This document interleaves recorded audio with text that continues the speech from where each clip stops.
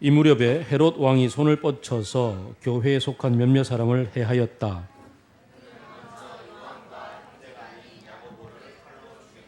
헤롯은 유대 사람들이 이 일을 기뻐하는 것을 보고 이제는 베드로까지 잡으려고 하였다.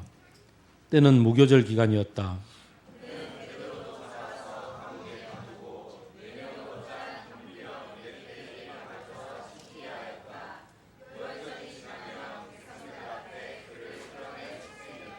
이렇게 되어서 베드로가 감옥에 갇히고 교회는 그를 위하여 하나님께 간절히 기도하였다.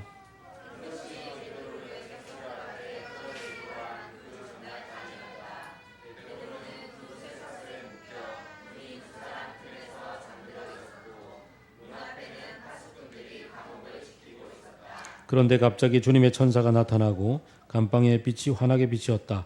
천사가 베드로의 옆구리를 쳐서 깨우고 말하기를 빨리 일어서라 하였다. 그러자 쇠사슬이 그의 두 손목에서 풀렸다.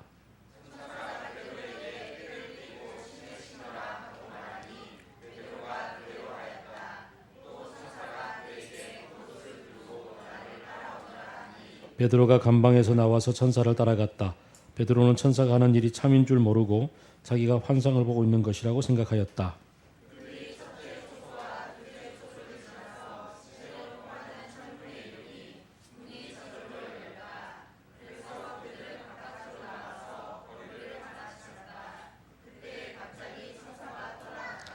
그때야 베드로가 정신이 나서 말하였다. 이제야 참으로 알겠다. 주님께서 주님의 천사를 보내셔서 헤롯의 손에서 그리고 유대 백성이 꾸민 모든 음모에서 나를 건져내 주셨다.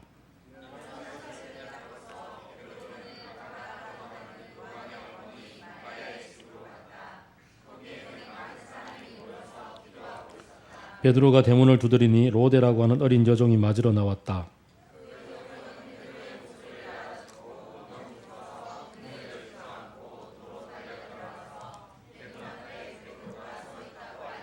사람들이 여종에게 내가 미쳤구나 하고 말하자 여종은 참말이라고 우겼다. 그러자 그들은 베드로의 천사일 거야 하고 말하였다.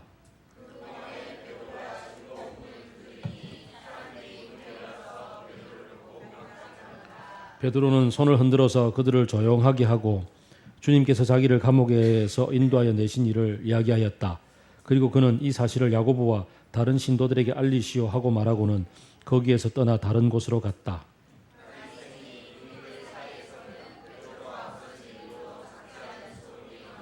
헤롯은 사사시 살펴보았으나 베드로를 찾지 못하고 경비병들을 문초한 뒤에 명령을 내려서 그들을 사형에 처하였다. 그런 다음에 헤롯은 유대를 떠나 가이사랴로 내려가서 거기서 한동안 지냈다.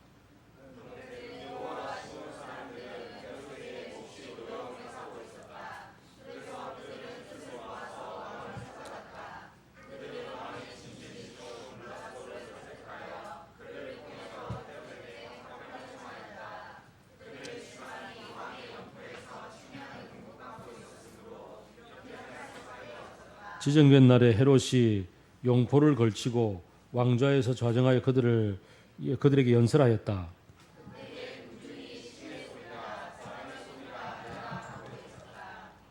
그러자 즉시로 주님의 천사가 헤롯을 내리쳤다. 헤롯이 하나님께 영광을 돌리지 않았기 때문이다.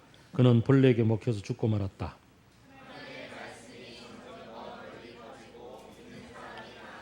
같이 읽읍시다.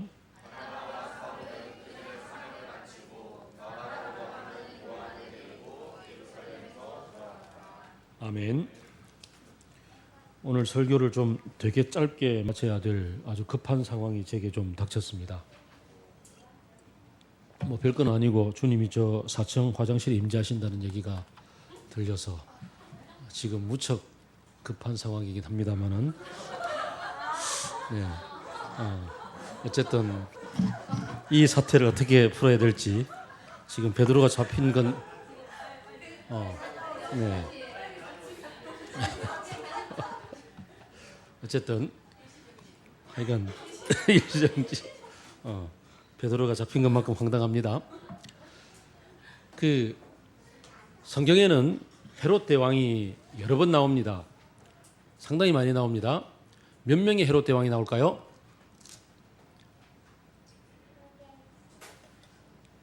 다 같은 헤롯 대왕은 아니죠. 다 같은 헤롯 대왕은 아닙니다. 몇 명? 몇 명이라고요?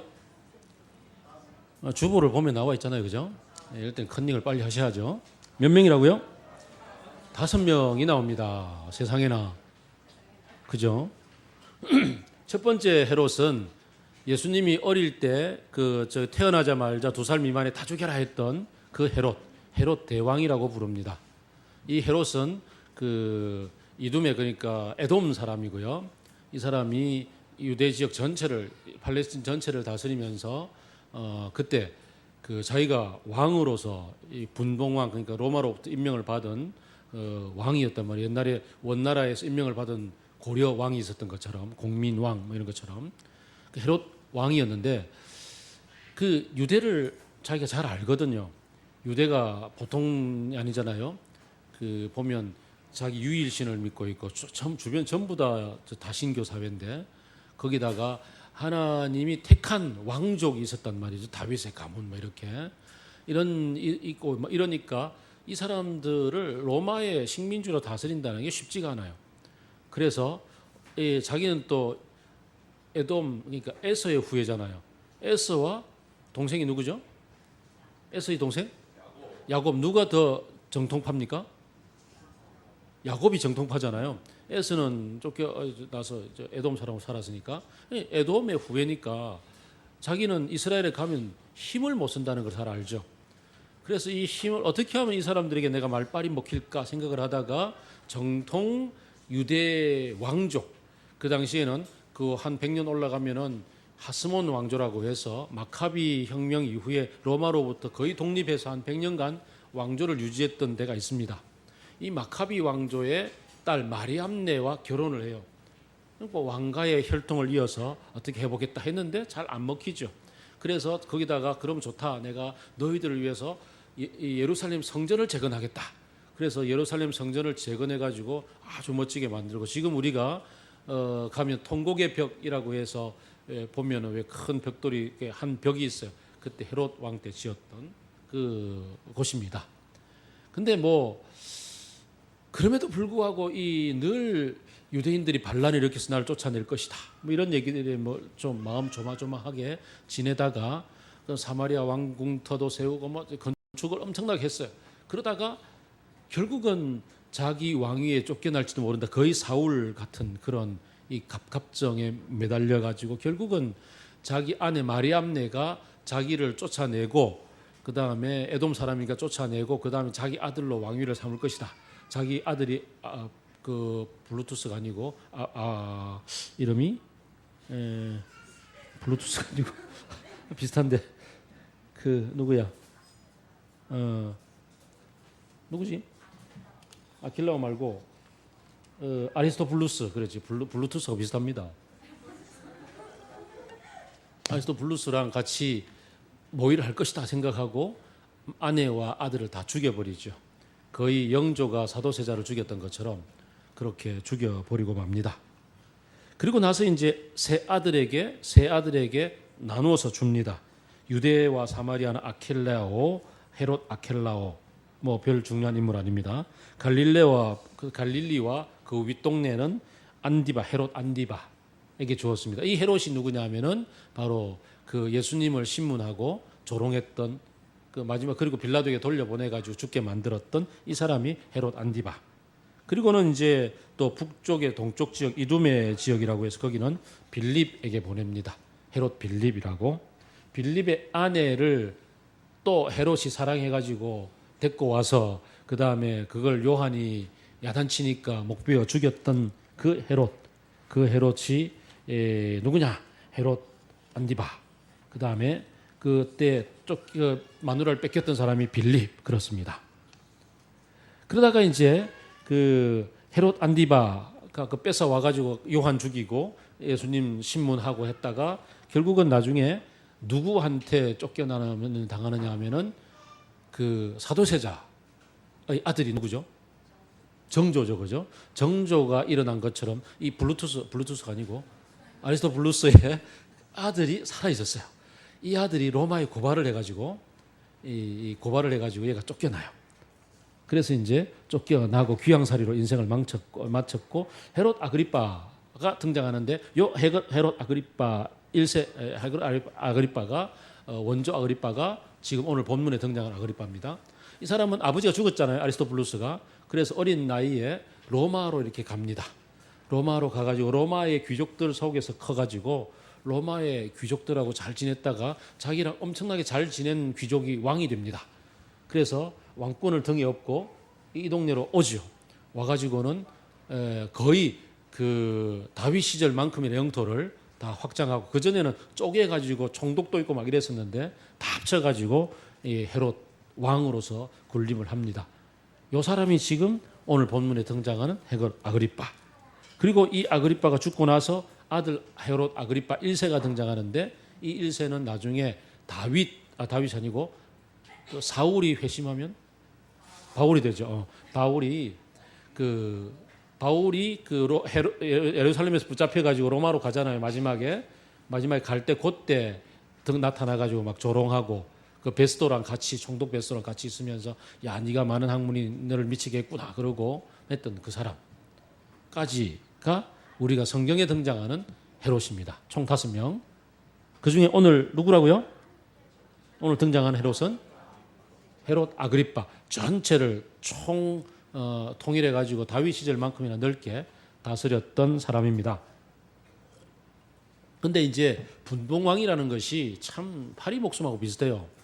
아까 왜 이 아그리빠가 자기 삼촌이죠. 그 분봉왕 헤롯이 그 헤롯 안디바, 예수님을 그 신문했던 안디바가 로마에 고발했다 그랬잖아요. 로마에 고발. 이게 중요해요. 그러니까 로마는 여기에 분봉왕을 다스리기 위해서 다면 평가를 했거든요. 아주 선진적이었어요. 요즘 우리 그 문민정부 이후로 나온 다면 평가.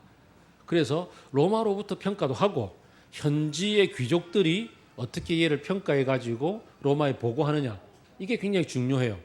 그래서 지금 아리스토블루스의 아들이 고발해 가지고 쫓겨났잖아요. 그러니까 항상 다면 평가, 밑에 애들이 어떻게 얘기하느냐가 중요하거든요. 이 헤롯 아그리빠 지가 해보니까 나도 쫓겨날 수 있겠다. 그래서 밑에 사람들, 특히 이스라엘의 지도자들인 바리새인들과 사두개인들, 대제사장 그룹들하고 잘 지내고 이들의 평가를 잘 받아야만 합니다. 그 외에 빌라도 총독도 보면은 그 예수님 죄 없다 하고 풀어주려고 하니까 사람들이 그럼 당신을 고발할 겁니다 이렇게 됐잖아요. 그래서 내어줬던 것하고 참 비슷합니다. 지금 이 상황에서 약간 이 문제가 조금 대두가 됩니다. 예수님은 죽었고 그 다음에 뒤에 자기는 등장했는데 다시 약 10년의 세월 동안에 대핍박이 바리새인들에 의해서 일어났고, 바리새인들의 그 가장 최선방에 섰던 사울이라는 청년이 회심까지 해가지고 약 10년의 세월 동안에 지금 곳곳에 지금 복음이 전파되고 있었고, 그리고 베드로가 우리가 그 터널 그렸던 것처럼 이렇게 1, 2, 3, 4 동그라미 했던 것처럼 이제 대단한 의식의 변화를 경험하면서 이방 지역까지 이 복음이 막 전파가 되고 있었던 이 10년의 이 무풍지대 복음이 쫙 전파되니까 여기에 겁먹은 사람들이 등장하죠. 누구겠어요? 예수님을 못 박아 죽였던 바리새파, 그리고 대제사장 그룹들이 열받는 거죠. 그래서 이 헤롯에게 당신 뭐 하는 거냐고, 지금 이런 이단이 지금 우리에게 득세하고 있는데 이 애들을 가만둘 수 있겠냐고 이렇게 막 푸시하는 거죠. 그랬더니 이 얘기를 듣고서 다면평가에 밀릴 것 같으니까 안 되겠다. 그래서 몇 명을 잡아다가 죽였습니다. 그리고는 그 중에서 그 요한의 형제인 야고보, 요한, 베드로 이렇게 삼통사였잖아요. 이 야고보까지 바로 죽여버렸습니다. 그랬더니 이 지도자들이 막 박수치며 잘했다고 막 이러는 거죠. 그러니까 옳거니 됐다. 그러면은 이왕 나선 김에, 칼 뽑은 김에 그럼 최고 수장인 베드로까지 잡자. 그래서 베드로까지 잡아오게 가두었습니다. 베드로도 바로 즉결 처분할 수가 있었는데 지금 요때가 무교절이었다 그랬잖아요. 무교절 때 마침 잡혀가지고 지금 6월절 일주일간 행사 기간 동안에는 사형 집행도 하지 않고 이스라엘 전체 축일이니까 이때는 아무것도 안 해요. 그래서 마침 감옥에만 갇혀 있고 목숨을 유지를 하는 그런 상황이었죠. 자, 이런 상황. 갑자기 한 10년 정도 아주 그냥 복음이 쫙 전파되고 있다가 갑자기 그냥 들이닥친 이 핍박, 그리고는 야고보가 갑자기 죽임을 당하고 몇 명이 죽임을 당하는, 그것도 지금까지는 바리새인, 사두개인 뭐 이런 사람들이 했는데 이제는 국가 공권력을 등에 업고서 왕이 직접 그냥 군사를 풀어가지고 로마 군병들이 체포를 해가지고 지금 죽이는 상황이 됐습니다. 참 황당하고 갑자기 쪼그라들 수밖에 없는 상황이 되는 거죠. 이런 일이 벌어지면 뭐 그냥 예전에는 어땠습니까? 처음에 스데반이 이렇게 죽임을 당했을 때 사람들은 뜨거 그러고서 전부 다 예루살렘에서 흩어져 가지고 막 갔잖아요, 그죠? 예루살렘에서 흩어져서 막 갔어요. 근데 이 10년의 이 내공이 쌓였던 게 대단했어요. 10년의 내공이 쭉 쌓여 있었기 때문에 전파하고 교회가 세워지고 그다음에 이방인들에게도 의식 변화해서 전파도 하고 곳곳에 교회 안디옥에서 드디어 그리스도인이라는 이름까지 듣게 되는 이런 상황이 되었던 이 교회의 성장, 이들은 도망가는 대신에 마구 도망가는 대신에 마가의 집에 모여서 같이 기도하기 시작했습니다. 공동체의 대응, 우리가 할 수 있는 가장 중요한 것은 기도다. 그러고서 기도를 시작했다는 것이 이 황당한 이 대핍박 가운데서 이들이 놀라운 변화였습니다. 함께 모여서 엄청 열심히 기도했단 말이죠. 사실 오늘날 우리가 교회가 갑자기 어려움에 직면하고 갑자기 교회가 그냥 핍박 상황에 그냥 목숨을 잃고 이런 경험들은 무슬림 지역을 제외하고는 특별히 지금 우리가 살고 있는 현실 속에서는 그렇게 많지는 않습니다. 그러나 우리는 믿음을 시험할 만한 여러 가지 일들은 곳곳에서 암초처럼 불쑥불쑥 튀어나오게 마련입니다. 우리가 지금 막 공분하고 있는 것처럼 지난주에 가장 공분을 샀던 게 바로 김해 공항에서 택시 운전사가 짐 내리고 있는 뒤에서 그냥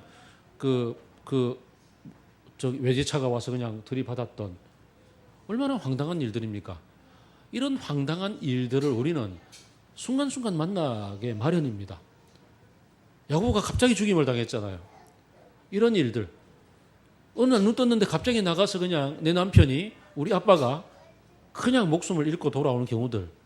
갑자기 그냥 뭐 같이 잘 지내던 사람이 그냥 너 퇴사 나가 뭐 이렇게 쫓아낸다든지 뭐 이런 일들이 벌어지는 것들. 우리들은 우리의 믿음을 시험 당할 만한 일들을 곳곳에서 불쑥불쑥 만나게 됩니다. 이럴 때 믿음이 어릴 때는 어떻습니까? 왜 나만 이렇습니까? 이러고서 그냥 하나님께 항변하다가 그 다음에는 그냥 도저히 답이 없으면 그냥 교회를 떠나기도 하고, 심지어 상처 중에 가장 큰 상처가, 믿음의 시험이 가장 큰 게 교회 안에서 사기를 당할 때, 믿었던 사람이었는데 이 사람이 그냥 사기치고 그냥 돈 다 떼먹고 도망가고, 이런 일을 만날 때 우리는 믿음을 놓치기가 쉬워집니다. 근데 10년의 내공이 쌓였던 이 성도들은 이런 문제를 두고 기도를 하기 시작했다고요. 기도. 뭐 아주 오래된 얘기입니다만은 우리 그 군사정권 시절 때라든지 전두환 정권 때라든지 이럴 때 우리는 그 교회가 시국을 두고 그 핍박받고 힘들어하고 쫓김을 당했던 수많은 사람들을 두고 모교 기도회라고 해서 목요일마다 교회가 기도를 했었습니다. 그곳에 피신 와서 자기 얘기를 나누고 같이 기도하고 기도의 힘으로 버텼던 수많은 사람들이 있었고, 또 여러분이 1987 보셨잖아요. 1987 영화 보셨죠? 영화에 보면은 어때요? 감옥의 간수가 들고 와가지고 신부님 찾아가고 막 이러잖아요. 그랬던 교회가 사회를 두고 역사를 두고 이 땅에 정의를 두고 불의가 만연한 이 현상을 두고서 기도할 수 있었던 것은 바로 이 초대교회 전통 속에 그대로 있었다고 할 수가 있겠죠. 내공이 있는 사람들은 기도합니다. 우리가 지금 이제 한 달째 계속 기도하고 있습니다. 봄봄봄 기도에 이어서 하하하 기도회를 하자고 지금 시작을 했고, 이제 기도 중에 우리 안 선생님이 수술을 마쳤고 참 감사하게도 복귀를 했고 또 다음 주에 또 우리 보미가 수술을 앞두고 있습니다. 이번 주죠. 앞두고 있습니다.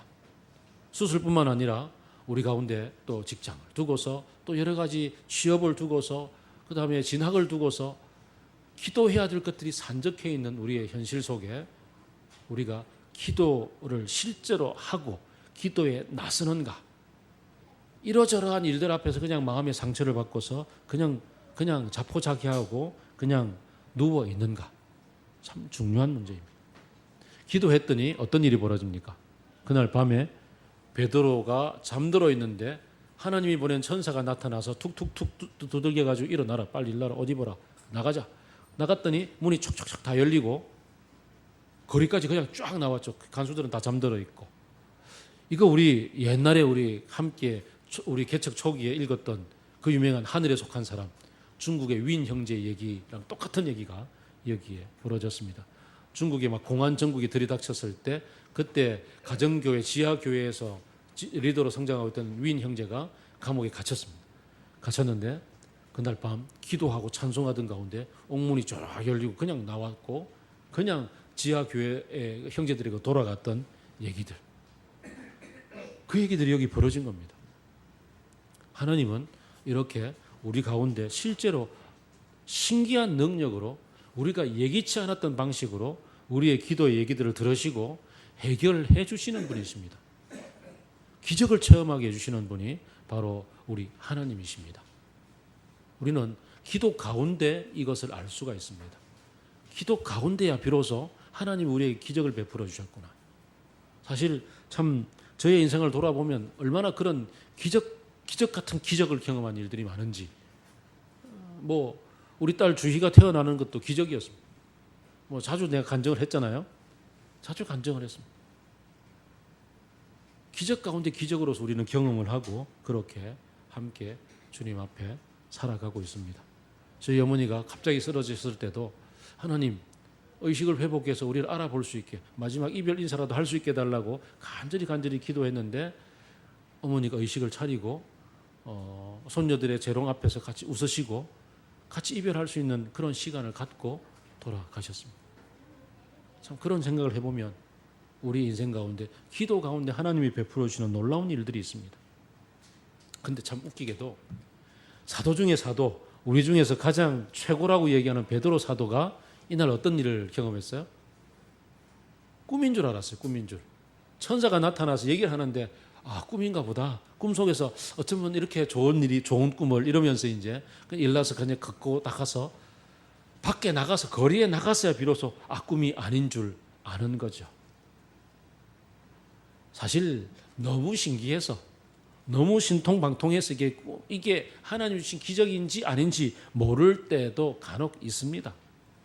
베드로의 이 꿈이라고 생각했던 이게 오히려 우리들에게는 베드로는 모든 걸 다 믿고 아멘하고 달려나간 사람이 아니었구나.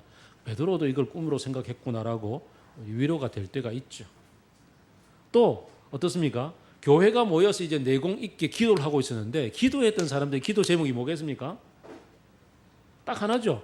우리 이 핍박 멈추게 해주시고 우리의 사도 베드로가 살아서 돌아오게 해주십시오라고 기도를 했단 말이죠. 베드로가 기도 중에 문을 똑똑똑 두들겼습니다.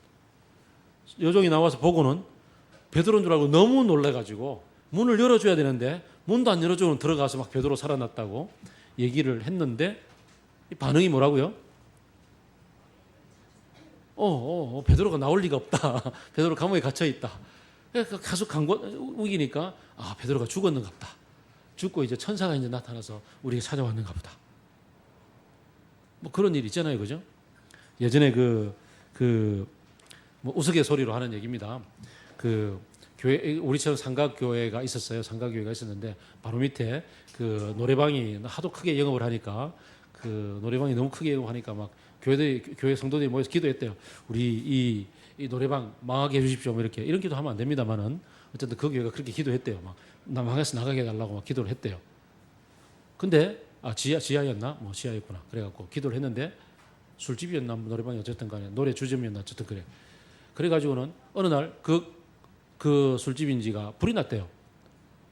불이 나서 내부만 몽땅 타고 건물은 깨끗하고 그래가지고는 이제 몽땅 이제 쫓겨나게 됐죠. 이제 털털 털고 나가야 됐어. 근데 어떻게 얘기를 듣다 보니까 위에 3층에 있는 교회가 기도를 했대요. 쫓겨나게 해달라고. 그게 들은 거야. 그러니까 올라와서 이제 얘기를 하는 거지.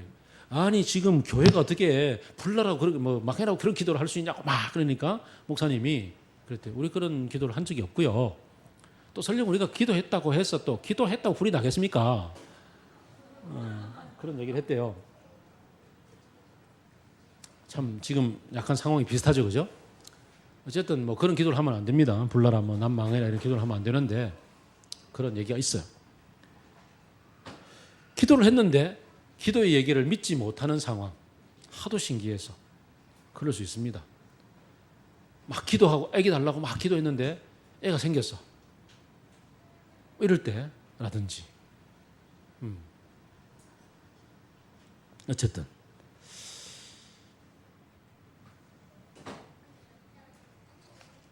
그렇다 하더라도 기도하고 주님이 응답해 주신 것을 그때는 몰라도 뒤에 알아차릴 수 있겠죠. 뒤따라옵니다. 항상 우리의 믿음의 성장은 실패하고 기도해놓고 못 믿고 있다가 응답해 주신 것을 보고서 그 다음에 회복하고 맞다. 하나님이 해주셨구나. 이렇게 뒤따라오는 깨달음, 알아차림 속에서 믿음이 성장해 나가는 면도 있습니다. 그래서 너무 그 기도 속에서 내가 오늘도 실패했어 이런 생각하지 말고 또 따라오는 것에 격려를 받을 필요가 있어요. 그만큼 초대교회의 실패, 기도해놓고는 이거 안 믿는 이런 얘기들을 실어준 이유가 거기에 있지 않을까 생각을 해봅니다. 자, 베드로가 살아왔어요. 너무너무 기뻤어요. 베드로가 살아왔을 때 마음 한켠에 기쁨과 더불어서 또 한켠에 막 슬픔이 밀려오는 사람이 있었을 것 같아요. 누구겠습니까? 그렇죠. 요한이겠죠. 요한은 베드로 살려달라고 열심히 기도했음에도 불구하고 자기 형제 야고보는 죽임을 당했는데 베드로는 살아났다. 하나님 왜 우리 삼총사였는데 왜 우리 형님 죽게 만들고 베드로는 살려주고 누구는 무시 묻고 누구는 인삼 묻고 왜 그렇습니까? 그렇게 하나님 앞에 얘기할 만하죠. 과연 요한이 그랬을까? 섭섭한 마음이 안 든다는 것은 마음이 아련하지 않는다는 것은 사람이 아니겠죠. 그러나 이걸 두고서 하나님 앞에 막 하소연을 했을까? 그럴 것 같지는 요한의 성정상 아닐 것 같지 않습니까? 사실 요한은 그 요한복음 맨 마지막에 보면 자기의 얘기를 기록을 하고 있어요. 그 베드로 보고 요한의 아들 시몬의 아들 요한의 아들 시몬아 네가 날 사랑하느냐? 그렇다면 내 양을 먹이라 이 3번 불러주시고 너는 나를 따르라 그러잖아요.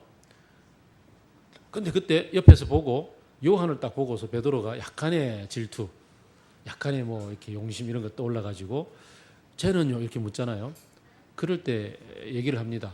내가 다시 재림할 때까지 살려둔다 할지라도 그게 너랑은 무슨 상관이 있니? 너는 나를 따르라. 그러죠. 이 얘기를 요한이 기록을 했어요. 요한복음 맨 마지막에.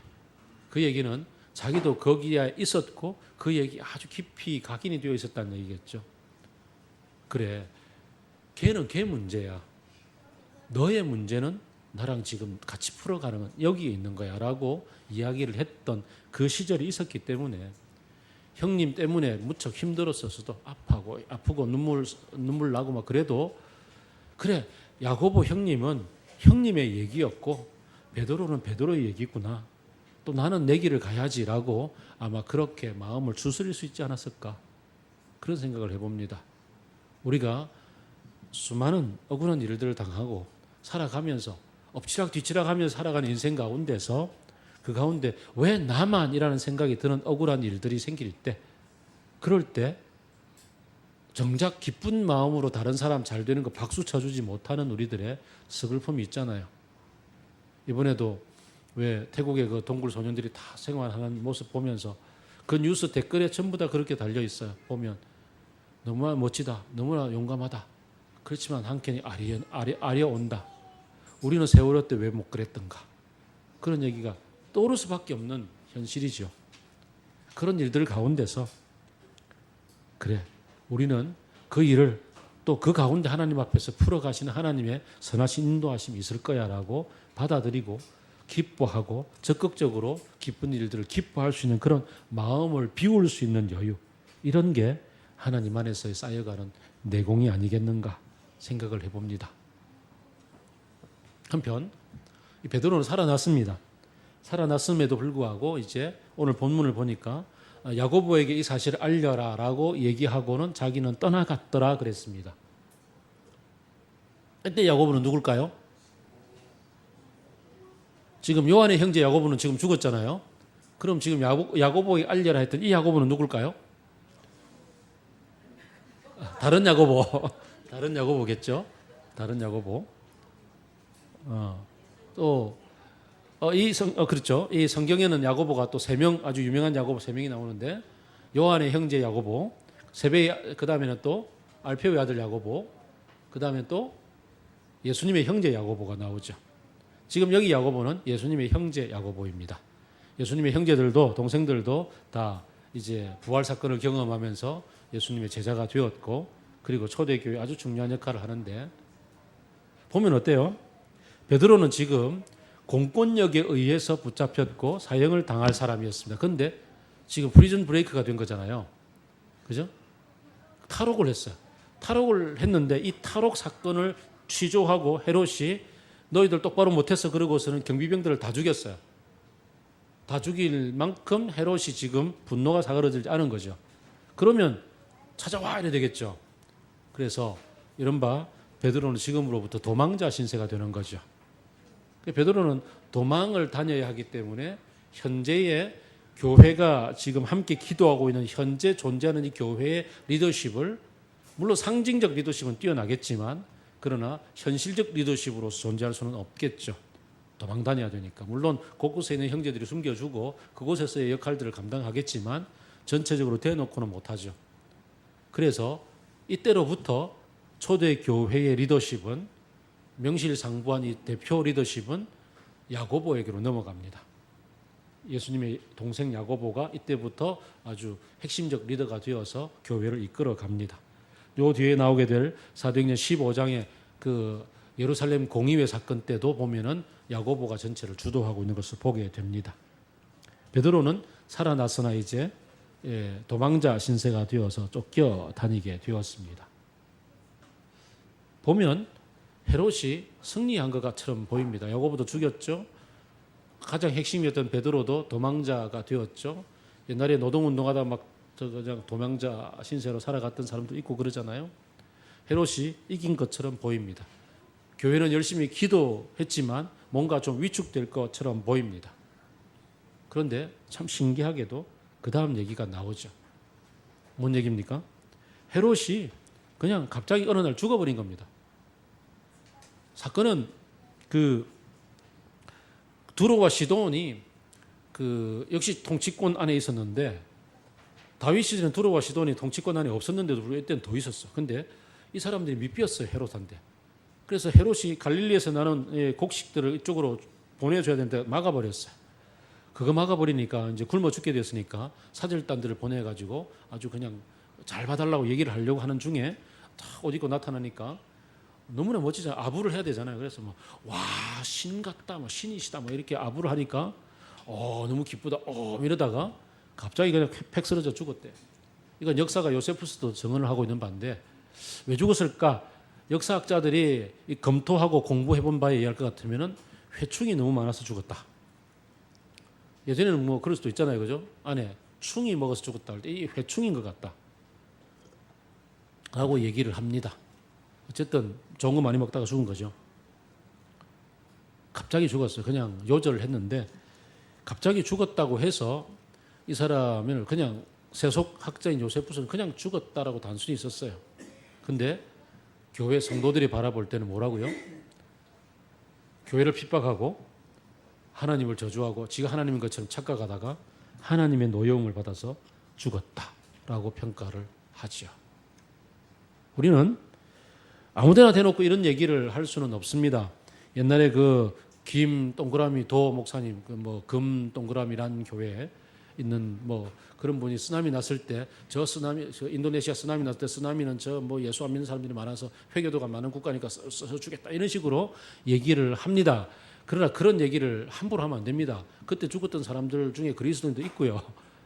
하나님은 인류를 불쌍히 여기시고 사랑하셔서 자기 아들을 내어주시기까지 사랑하신 분인데 그렇게 함부로 심판하지는 않습니다.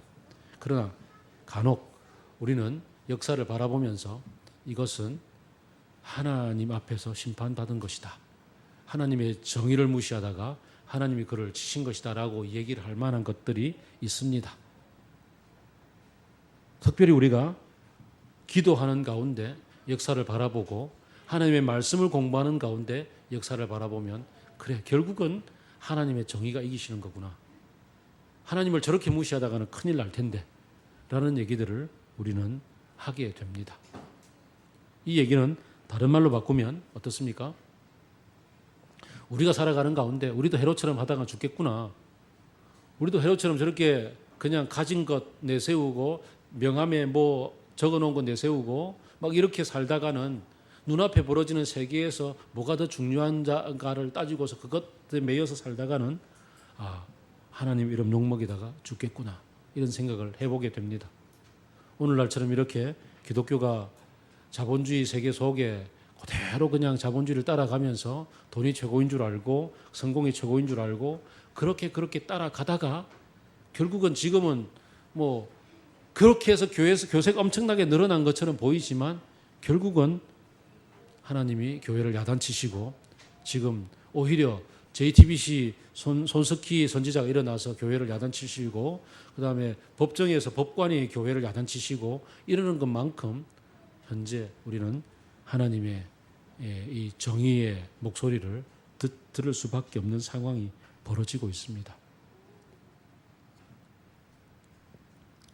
여기까지 우리는 이 사도행전의 전반부라고 합니다. 오늘 본문까지는 사도행전 전반부. 오늘 이후부터 이제 우리는 그 사도행전 후반부, 주로 이제 사도 바울의 사역들이 쭉 펼쳐져 나갑니다. 전반부를 마치면서 가만 보면 예수님이 성천하시고 나서 한 12년, 13년 뭐 어간 정도 이렇게 흘러갔습니다. 처음 태어난 교회가 예루살렘과 사마리아와 땅끝까지 이르러 내 증인이 되리라는 얘기들을 감당을 어떻게 해 나갔는가. 안 나가고 흩어지지 않고 있으니까 그냥 스데반의 이 죽음을 계기로 흩어서 물리적으로 흩어서 나갈 수밖에 없도록 그렇게 하나님이 이끌어 가셨는가 하면 그곳에 갔던 사람들의 마음을 움직이셔서 이방인들에게 복음을 전하고 사마리아인들에게 복음을 전하고 베드로를 하나님이 바꾸셔서 그 역동적인 의식의 세계관의 변화를 경험해 가면서 그렇게 이제 새로운 세상, 하나님이 전 세계를 다스리고 있는 것들에 대해서 지금까지 이방인이라고 무시했던 사람들에게도 하나님 나라가 펼쳐지고 있는 것까지를 보게 하셨습니다. 그러는 가운데 이상하게 이 헤롯이 핍박을 시작했고 이 핍박 앞에서 이제 그동안의 내공 앞에서 기도함으로써 하나님이 어떻게 이끌어가는지를 경험을 하게 되었습니다. 후반부에 펼쳐지는 사도 바울의 여정 가운데서 수많은 적대자들이 여전히 득세를 하고 그리고 핍박을 해 갑니다. 그러나 그럼에도 불구하고 성도들은 오늘 이 본문에서의 기도를 기억하고 지속적으로 모여서 기도하고 꿋꿋하게 버텨나가고요. 앞으로 100년 동안에 대박해만 해도 10번 네로 황제의 그 로마 불지르고 나서 그리고 기독교인들에게 책임을 전가하고 이제 대핍박을 시작했던 이후로 왕만 바뀌면 대핍박을 벌쳤던 이 로마 제국의 10번의 핍박에도 불구하고 성도들은 기도하고 카타곰이라고 해서 로마의 수많은 그 굴들 속에 들어가서 그곳에 있으면서 기도하면서 지속적으로 복음을 전파를 해 갔었습니다. 중국의 그 차이나 인랜드 미션이라고 CIM이라고 해서 그 유럽의 수많은 그때 캠브리지 세븐이라고 해서 캠브리지 양양했던 7명의 형제들이 그 헌신을 해서 중국 대륙을 품고 가서 그곳에서 복음을 전하고 해서 교회가 쫙 확장되던 그게 하루아침에 중국 공산혁명이 일어나면서 그래서 본토 점령을 하는 통에 쫙 문을 닫고 문혁이라고 그래서 모든 종교인들 다 죽고 모든 서적들 다 불태웠던 그 이후에도 불구하고 중국이 문이 닫히고 복음으로부터 사장이 되었다고 서방으로부터는 도저히 무슨 일이 벌어지는지 모르는 상황이 벌어졌음에도 불구하고 나중에 중국이 개방이 되고 나서 찾아가 보니까 그곳에 하나님은 계셨고 그 성도들을 버리지 않으셨고 지하교회라고 해서 가정교회라고 해서 곳곳에서 그 가정별로 모여서 그 카타콤에 있었던 성도들만큼이나 그렇게 복음이 전파되고 있었던 것을 봅니다. 오늘날 교회가 욕먹고 여러분들이 만나는 여러분의 주변에 있는 젊은 식구들이, 젊은 청년들이, 친구들이 교회를 갈 것 같으면 뭐 차라리 다른 데 가는 게 낫지, 오히려 절을 가는 게 낫지라고 얘기할 만큼 그렇게 교회에 썩어 문드러진 모습들 때문에 그래서 지금 복음이 전파되지 않는 교회가 줄어들고 있는 이런 암담한 시절을 살고 있는 우리들이지만, 그럼에도 불구하고 이사야서 6장을 보게 되면은 모든 감람나무 나무가 다 쓰러지고 밑둥이 다 베어져 있어도 그래도 그루터기는 남아 있어서 그 그루터기에서 다시 꽃이 피고 생명이 자라 나가는 것처럼 곳곳에서 하나님의 복음을 제대로 알고 하나님의 복음을 제대로 살아가기 위해서 이 새롭게 변화된 시절 속에 우리의 의식과 우리의 세계관이 변화되어지며 변치 않는 하나님 나라의 복음을 들고 그렇게 살아가는 사람들을 세워주셔서 하나님은 지금도 하나님의 이름이 욕먹는 것을 참지 못하시고 일을 하고 계십니다. 그것을 우리는 미시오 데이, 하나님의 선교라고 얘기를 합니다. 믿는 사람을 통해서든 믿지 않는 사람을 통해서든 곳곳에 있는 하나님의 역사하심을 우리는 볼 수 있는 눈을 키워야 할 것입니다. 우리의 삶의 현장에서 믿지 않는 사람을 통해서도 오히려 하나님은 복음을 전하고 계시고, 믿는 사람을 통해서도, 제대로 믿는 사람을 통해서도 복음을 전하고 계십니다. 헤롯이 이렇게 핍박을 했었어도 헤롯을 치시면서까지 하나님은 복음을 전파하시는 그런 분이십니다. 그래서 우리는 이 어려운 시기를 살면서 주눅들지 맙시다. 하나님은 살아계시고 하나님의 역사는 분명하기 때문입니다. 우리가 복음을 제대로 믿고 살아간다면 우리가 할 것은 꿋꿋하게 앞을 보고서 표대를 향해서 나아가는 것입니다. 바울이 얘기하는 표대는 내가 사나 죽으나 그리스도를 본받는 것이고 그리스도의 죽음과 동참하고 그리스도의 부활과 동참하는 것이라고 얘기를 했습니다. 이 땅에서 성공하고 이 땅에서 잘 나가는 그러한 어떤 표대가 아니라, 서점에 가면 전부 다 늘려 있는 것이 성공지향적인 어떤 자기 마인드 개발, 자기 개발서들인데, 그런 것들 속에 하나님의 복음, 살아있는 복음이 있다는 사실을 붙잡고서 복음에 전착합시다. 그래서 풍삼기 시작합시다. 지금 새 가족들 많이 왔고, 지금 내가 따름이로서 그 들었던 복음, 그때 그 감동 잊지 않고 있다면 지금 꺼내어서 이 끄미로 헌신합시다. 그래서 함께 복음의 진수를 나누고 이 복음대로 살기 위해서 우리가 어떻게 할 것인가를 깊이 대화하고 함께 그렇게 노력을 해 나갑시다. 그러면 됩니다. 그러면 때로는 핍박이 찾아와도, 어려움이 찾아와도 견디면서 기도하는 가운데 하나님이 일하시는 것을 보게 됩니다. 어려움이 직면한 사람들, 일용할 양식을 주옵시고 우리가 시험에 들지 않게 하여 주시고 악에 지지 않게 하여 주옵소서라고 주께서 가르쳐주신 기도를 좇아서 기도합시다. 남아있는 2주 동안에 이제 하하하 기도회 놓치지 않고 기도합시다. 그래서 좀 오늘부터는 좀 더 불을 지펴서 가정교회별로 모여서 기도 순번도 정하고 기도 제목도 같이 공유해서 좀 여름이니까 너무 금식하지 말고 밥을 먹어가면서 기도합시다. 그래서 그 기도의 시간 놓치지 않고, 우리 풍삼기 하면 10 있잖아요, 그죠? 하루에 10분씩 기도하는 거 놓치지 않도록 합시다.